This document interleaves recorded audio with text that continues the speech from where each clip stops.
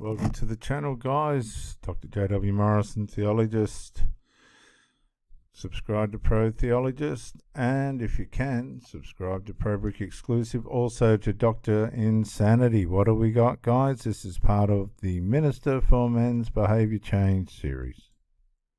This is Charlene O'Banion, a prison officer being accused of sleeping with an inmate. He felt me, I was like soaking through my clothes. After hearing rumors from other officers that had seen her and Jason Parker together, an investigation was opened up. Charlene thinks she flew under the radar and got away, but what she doesn't know is that the detectives have all the evidence they need, and they're about to expose and embarrass her in the most brutal way possible. You got a lot of that head game.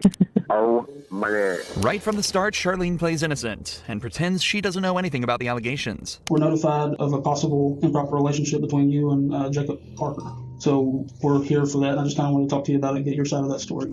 I don't know anything about it. Okay. Have you talked to him on any jail phone calls or Okay, anything like so the first thing someone that's guilty will do, particularly your girlfriend, will plead denial. No. None at all? Charlene is sure that this will work, but the detectives have much more evidence than they're letting on. And where would you think that this allegation would come from if there's nothing to it? Well, I had a feeling this was coming. So there was an inmate named Coker, Justin Coker. Okay. He got out of here for, I don't know what period of time. And he tried to contact me on Facebook. He sent me a message and I blocked him on Facebook.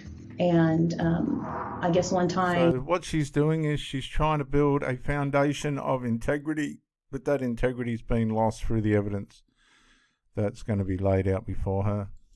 Parker was going back to Bequat to use the bathroom, and he was talking like at the window with me. Mm-hmm. And I guess Coker didn't like that, which I had no contact with him or anything. And Parker had told me that he had gone up to him and was like, "Don't talk to her," or something crazy like that. So I'm just not trying to be rude here. I'm just... Yeah. Why would you expect this conversation to come up from that? Like now, if that happened a few months ago. Charlene claims that the only time she's had contact with Jason was a single time outside the jail bathroom, and it was a jealous inmate that started the rumor. But the detective is about to share some evidence that instantly proves that Charlene is hiding something. I don't know exactly how it started, like who it started from, but I was told that it was brought to somebody's attention, and then we looked at jail calls, and there's jail calls between you and Parker. And all that stuff's recorded. So I don't think you're being completely truthful. I kind of know that you're not. And I'm not trying to be rude when I say that. Yeah, no. I'm just kind of trying to lay it out on the table for you. Mm-hmm. So can you kind of tell me what's going on? I guess a few years ago, we talked, and then I ended up here. Okay, so now we get the watered down version of the story, but we'll get the meat and potatoes. And then he ended up here. I didn't know he was here. It wasn't anything like that. Apparently, Charlene and Jason knew each other before prison and messed around before they both ended up here. This led to them joking around with each other here, but nothing else. Or at least, that's what she claims. In reality, the cops have reported phone calls from inside the prison that tell a completely different story. So what about some of these phone conversations? No, not here or the phone. I just mean conversations y'all are having on the phone. No. Since he's been in here. Like sexual? Well, I'm not saying having phone sex, talking about sexual acts. From what I'm listening to on the calls, I take it as that you've given him oral sex at some point, is what I gather from these calls. No, that was like in the room. We never dated. Look at the face. What kind of conversations have you had with him since you started working here and he's been in the jail?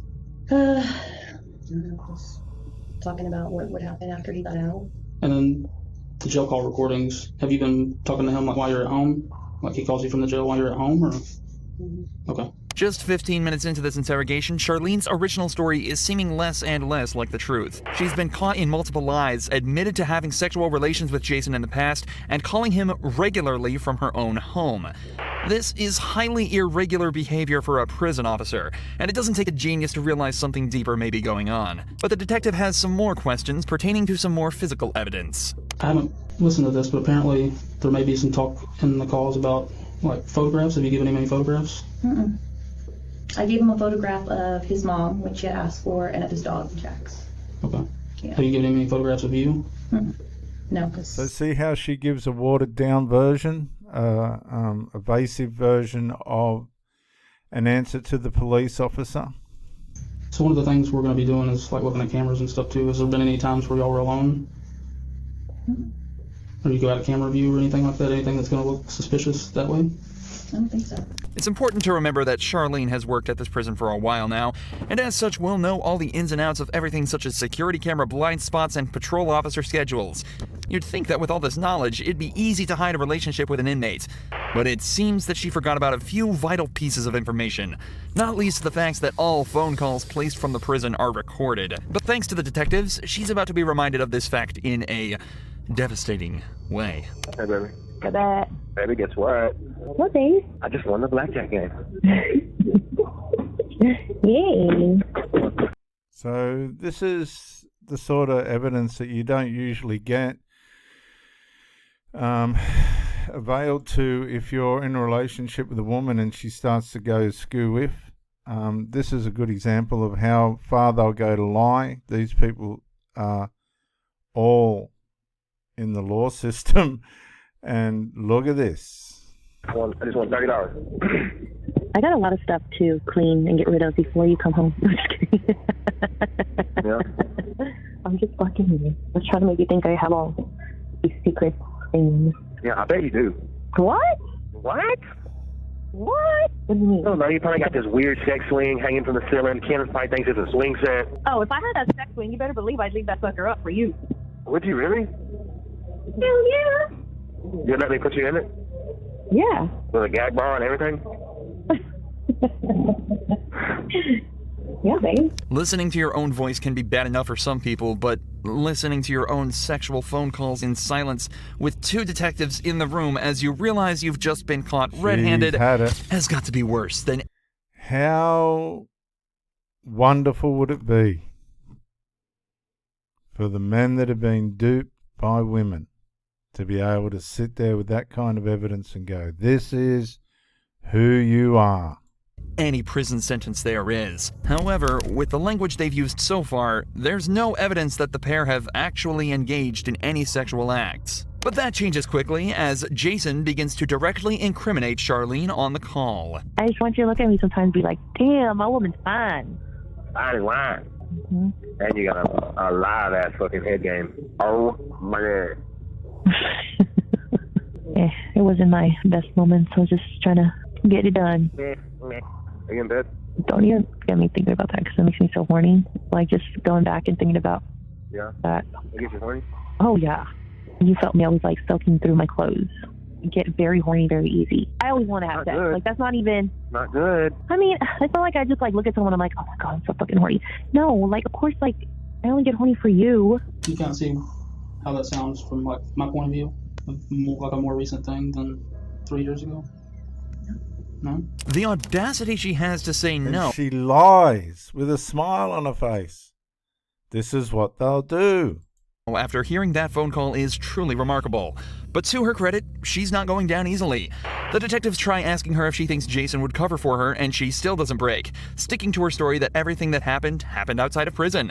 Technically, this story could still be true with this phone call, but it definitely is odd for the couple to be recounting events from over 3 years ago in such detail, especially when earlier she struggled to remember any details about the relationship. You talk about how profound this was. Like just giving him this blowjob was, but you like don't remember anything about it. It's like telling me something, but you're having trouble coming up with details about it. You know what I mean? Like if it's that profound. I mean, I gave him a blowjob. How do you describe the blowjob? I mean, is that? Well, what I you don't want to know do? like about the blowjob. I'm just so if this is a factual thing that happened 3 years ago, I feel like you would kind of remember some stuff about it. Like I mean, like we said in the car, you know. Like when I asked you who was there, him of course, like when y'all met or whatever, and then when I asked like who else, you said it was like a bunch of friends. Yeah. But like you can remember one chick's name after you think about it for 30 seconds. So that's not making sense to me.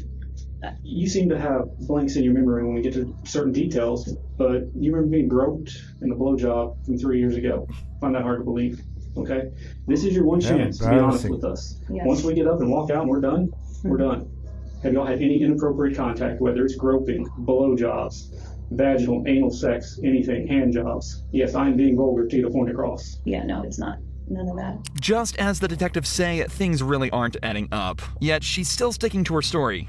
Or at least she was, before a switch flipped and she said this. And what is it? I might have given him a blowjob in the back part of the In the back part of the vehicle? Okay. How long ago was that? I don't know, months ago. The secret's out, and Charlene has confessed. That's But this it. matter is more complex than it may seem. In cases of officer-inmate relations, the main question that arises is the issue of consent. Given that Jason and Charlene knew each other prior to being in prison, it's not wrong to assume that consent went both ways in this interaction. However, in these cases, that's actually completely irrelevant.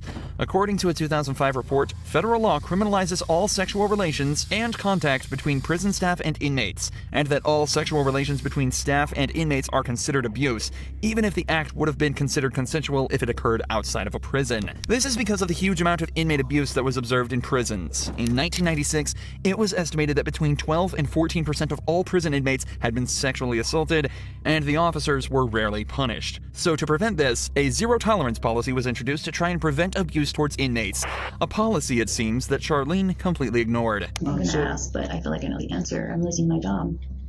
So that's not really up to me. Internal Affairs is aware. Investigation is separate from ours because it's two totally different things. So Yeah. What kind of charges? Like, so it's illegal to have sexual contact with an inmate as an employee. So I said the ball kind of be in their court, but I'll let you know as soon as I hear something. I mean, should I go to jail?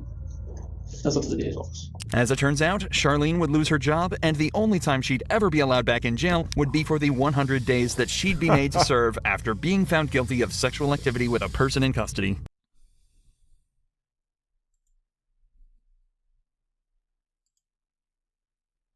Well, guys, Charlene really had a crash, didn't she? Thanks for coming in, guys. I appreciate you joining me. Subscribe to Dr. Insanity, and if you want, subscribe to Pro Theologist and Pro Brick Exclusive. This is part of the Minister for Men's Behaviour Change series. I'll catch you on the next one, guys.